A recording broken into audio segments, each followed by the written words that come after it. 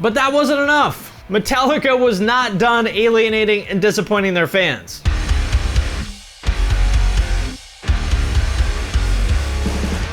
What's up, everybody? I'm Finn McKenty. This is the Punk Rock NBA. Okay, so you know how when a band says, this is our most mature material yet, or it's heavier but it's also more melodic, that is a dead giveaway that the band is about to go butt rock? I know that I always joke about that, but I actually think there's a lot to be learned from this, because sometimes when bands do that, that is the thing that makes them break through and blow up. On the other hand, when other bands do it, sometimes that's kind of the end of their career. So the question is, why does it work for some bands but not for others? That is exactly what I'm going to try to answer in this video. But before I get into that, number one, if you haven't followed me yet on Instagram, I would appreciate it very much if you do. There's a link to that in the description. And second, I would like to thank Raid Shadow Legends for sponsoring this video. If you have ever said to yourself, you know what, I wish I was a dark elf, then today is your lucky day. Raid Shadow Legends is a turn-based RPG that's free to play for mobile and PC. The game has super slick graphics and more than 400 champions. The first thing that you will want to do after you start the game is to play as far as you can into the campaign mode. And if you get stuck, it's generally for one of the following reasons. Number one, because you need to level up your champions more, or maybe you just haven't optimized their equipment properly. I would recommend focusing on just a couple champions and level them up as much as you can. Another easy thing you can do is just log in and play every day and make sure you claim the rewards. And if you collect all of them, you will get a pretty awesome boost to your account. I would suggest that you do at least some arena battles, because you'll get a lot of rewards that will help you elsewhere in the game. So if you want to get started, just go to the video description, click on the special links, and if you are a new player, you will get 100,000 silver, 50 gems, 10 mystery shards, and 1 free champion named Hexweaver. And once you do, all the treasure will be waiting for you right here. If you need advice, subscribe to the guide on the Teleria world and find out the whole truth about Raid Shadow Legends. There's a link to that in the description. And with that out of the way, let's get into it. Metallica or Slayer? Slayer, just because I've got a t-shirt, so I've got to at least pretend I like them. So let's start with the poster children for bands that have successfully changed their style, Bring Me the Horizon. If you've followed the band for a long time, you know what I'm talking about, but just to make a long story short, they've played everything from this, to this, and this. Pretty much all over the place, and yet it works. I'm not a huge fan of their music personally, but if I'm being objective, I think their entire discography is top notch. They've never put out a single bad thing, and they just keep getting bigger and bigger and bigger with every album. It's every musician's dream come true, right? Play whatever the fuck music you want, change styles on a whim, and you just keep getting more and more popular? Awesome. Well, if Bring Me the Horizon can do it, then my band can do it too, right? Not so fast. Pump the brakes there, local bands. Every band thinks that this will be them, but it very, very rarely works out that way. And the reason why Bring Me the Horizon can pull this off where so many other bands fail is simple. Number one, they're great musicians. And number two, they're always just ahead of the curve. They're always the ones setting the trends, not following them. Would you rather date a scarily obsessed fan or a llama? Exactly the same thing. But, and this is an important thing, they're never too early, because that's bad too. You can ask 18 Visions about that. They have an absolutely uncanny sense for finding that sweet spot of early but not too early, which I personally think is super impressive, because that's really fucking hard to do, especially to do it like 5 or 6 times like they have. You can't dismiss that as luck or being in the right place at the right time. You gotta give them credit where it's due. They abandoned deathcore before that genre got old. They did the new metally butt rock thing starting on Sempiternal years and years before it was cool and every other band started doing it. And I bet you within a year or two, you're gonna see a whole wave of bands doing their Amo, their pop rock album. But by then, Bring Me the Horizon will have moved on to the next thing, as they always do. And the key to all of this is that they are simply better musicians than pretty much anybody else in the genre. Most bands struggle to do one style well, let alone 4 or 5 or 6. So that's Bring Me the Horizon, but then there's also the long list of bands that tried to change styles and it didn't go quite so well. The first example that comes to mind here is Suicide Silence, who started out as, in my opinion, the best deathcore band of all time, and made a very big stylistic shift in 2017 with their self-titled album where they worked with Ross Robinson and tried some very different stuff with like a lot of clean vocals and like psychedelic, atmospheric kind of parts.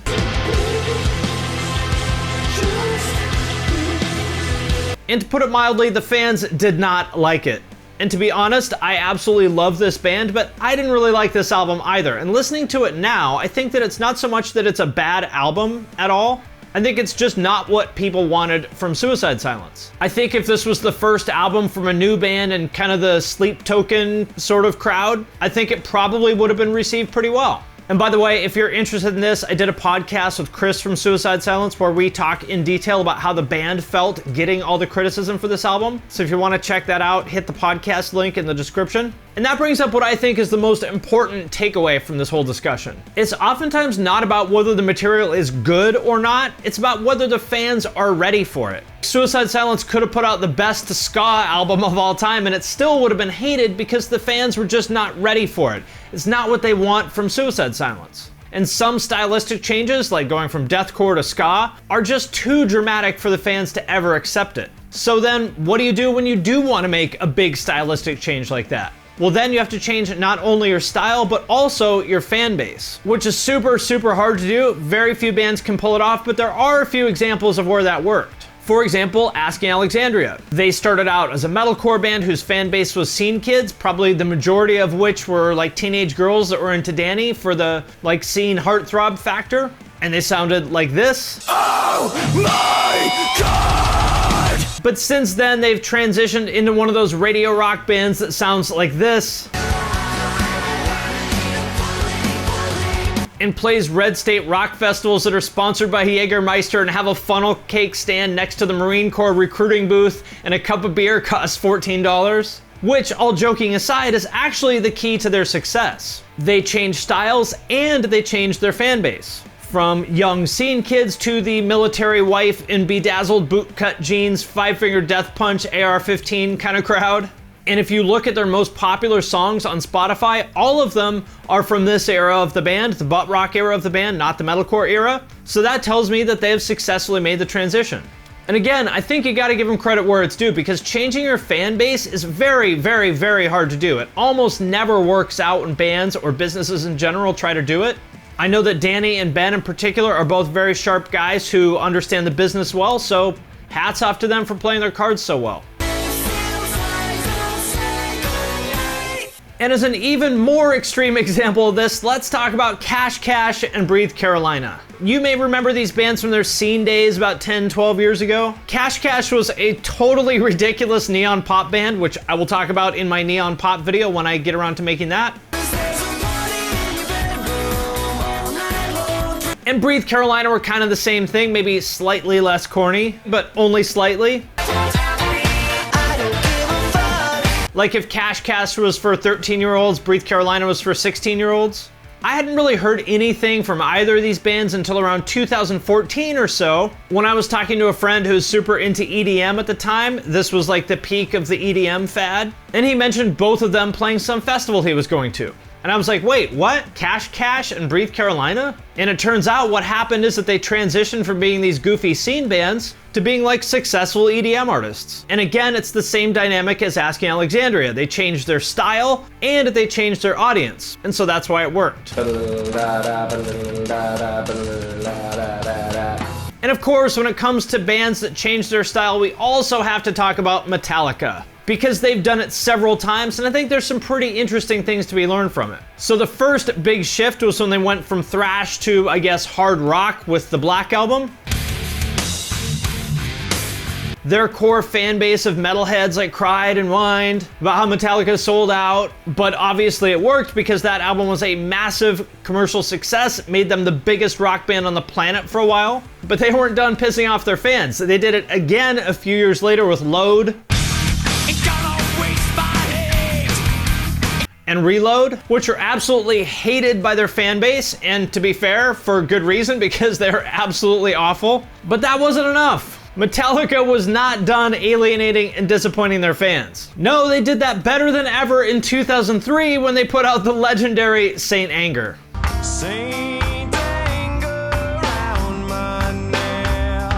Although it actually did debut at #1 on Billboard, probably because people bought it before they heard it, it was absolutely universally hated, and for good reason. Like, it literally sounds like something from an SNL skit making fun of like terrible dad metal bands. I feel bad saying it because they seem like really nice, cool guys, but Lars's dad might have been right. I would say delete that.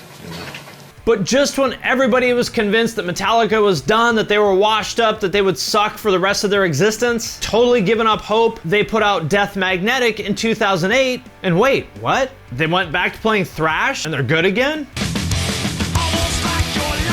They finally did what the fans wanted? To give you an idea of how people felt about this album, Mike Portnoy of Dream Theater said, "Death Magnetic is hands down the best Metallica album in 20 years. Welcome back, boys." So they were back in the fans' good graces, but here is what I find interesting. Nobody really talks about this album. I mean, yes, it's good, people liked it, but what did it really do for Metallica? I think you could almost argue that Saint Anger did more for them from a marketing perspective by being absolutely awful than Death Magnetic did by being good. I mean, to this day, people still make Saint Anger jokes. That snare sound has become a meme. This is how you take a normal, good sounding snare drum and turn it into the complete abortion of Saint Anger. Whereas Death Magnetic is just kind of a footnote, like, oh yeah, that album's pretty cool. And the same is true of their Napster lawsuit. It was incredibly unpopular with their fans at the time. Everyone called them like greedy, rich, out-of-touch rock stars. But again, it kept their name in everyone's mouths. It was all over mainstream media. And the same is also true of their documentary, Some Kind of Monster, which was widely mocked, and for good reason. There's a lot to make fun of there. So am I saying that you should make deliberately awful music so people will talk about you? Not exactly, although maybe. It worked for Lil B. Strap the hoe up, swag, the wall and eat an ass. Damn. But I am saying that doing what seems safe and always giving the fans exactly what they ask for is oftentimes not actually the best move. A couple of bands who did exactly that, and in my opinion hurt themselves, would be The Devil Wears Prada and Job for a Cowboy. Both of which started as very scene bands with a ton of MySpace hype. The kids loved them, but as usual, all the real metal fans and critics hated them and made fun of them for being trendy bullshit for scene kids, as they always do. And I know that bothered both of those bands a lot. If you remember interviews with The Devil Wears Prada back then, they would always talk about how they wished metal dudes would come to their shows. And I'm sure it also sucked for Job for a Cowboy, who were super young and obviously super talented and thought of themselves as a metal band. And then to have all the metal press that you grew up reading, like, absolutely shit on your band all the time, that's gotta be rough, especially for kids that young. And so both bands kind of ended up walking away from the scene that they came from like the metalcore, deathcore, scene kid kind of sound and audience, and both changed their style quite a bit. Job for a Cowboy became a progressive death metal band. The Devil Wears Prada turned into, I don't really know what to call them, like a artsy, heavy rock band, I guess. But it won't help. I've created my own hell. And in both cases, it kind of worked, but also kind of didn't. They did get the critical approval that they were looking for. I think the media and gatekeeper types generally respect both of those bands now. But in my personal opinion, I'm not sure that it was worth it. I think with both bands, if they had stuck with what initially got them traction, they could have been a lot bigger. And of course, it's easy for me to say that. I'm the one here talking about it from the sidelines with the benefit of hindsight, and so I want to be respectful of that. But I can't help but kind of ask the question, was it the right move? I mean, if you went back to like 2009 or so and looked at all the up-and-coming metalcore bands at the time, if you had to bet on which one of them was going to end up being the biggest, I would have bet on the Devil Wears Prada.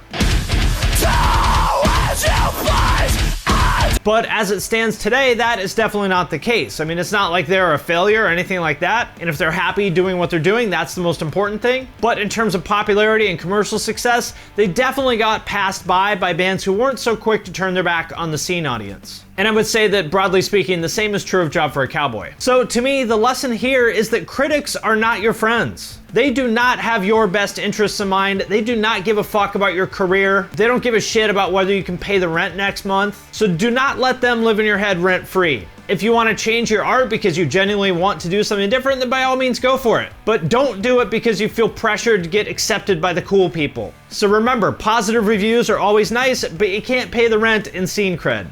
It's time for singing and then some screaming.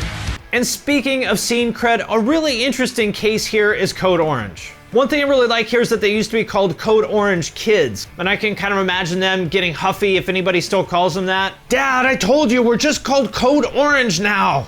Like how your friend that lived next door to you growing up was named Billy, but now he's in college and he goes by William and gets mad whenever any of his old childhood friends still call him Billy. I told you, I go by William now. But anyway, as you may know, Code Orange started out as a pretty straightforward, like moshy, beat-downy kind of hardcore band in the same vein as like Jesus Piece or Knocked Loose.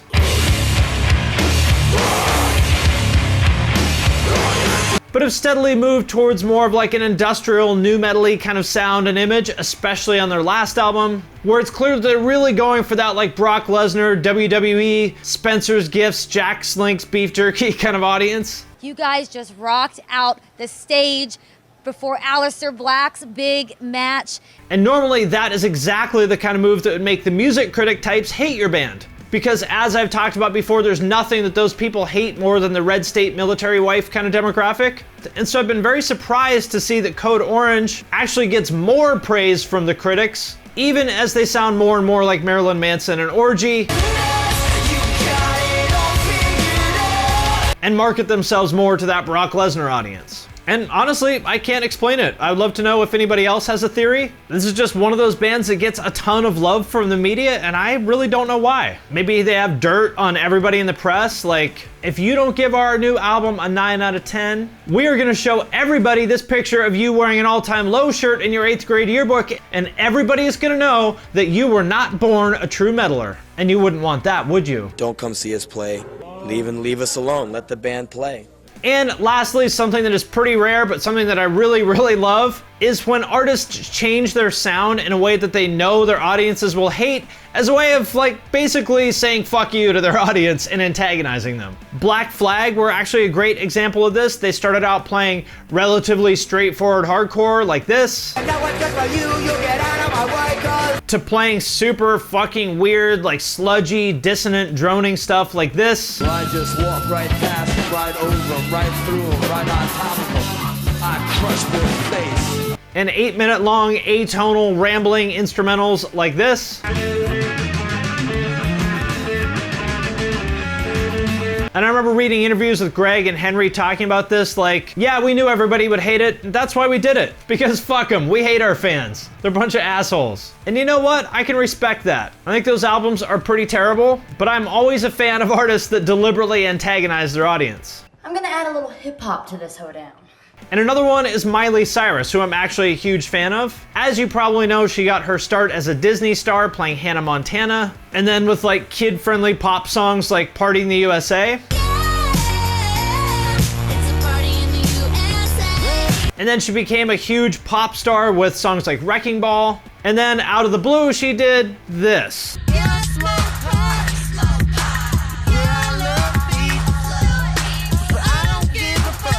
And I'm speculating here, obviously I don't know what she was thinking, but I kind of feel like this was her way of just telling everybody to fuck off. Like, if you're a fan because you think I'm Hannah Montana and Party in the USA, and you think I'm like Katy Perry, then fuck you, I hope you hate this song and never pay attention to me again. And if you stick around anyway, then cool. You're the kind of person I want as a fan. I super respect anybody who is as famous and successful as her, who's still willing to take huge chances like this and do wildly unpopular shit. Obviously, it is a little bit risky for her because she was already rich as fuck, but still, I think it takes a lot of balls to put something out there that you know millions of people are gonna absolutely hate. And if you only know her for like Party in the USA and Wrecking Ball, I would definitely suggest checking out some of her newer stuff.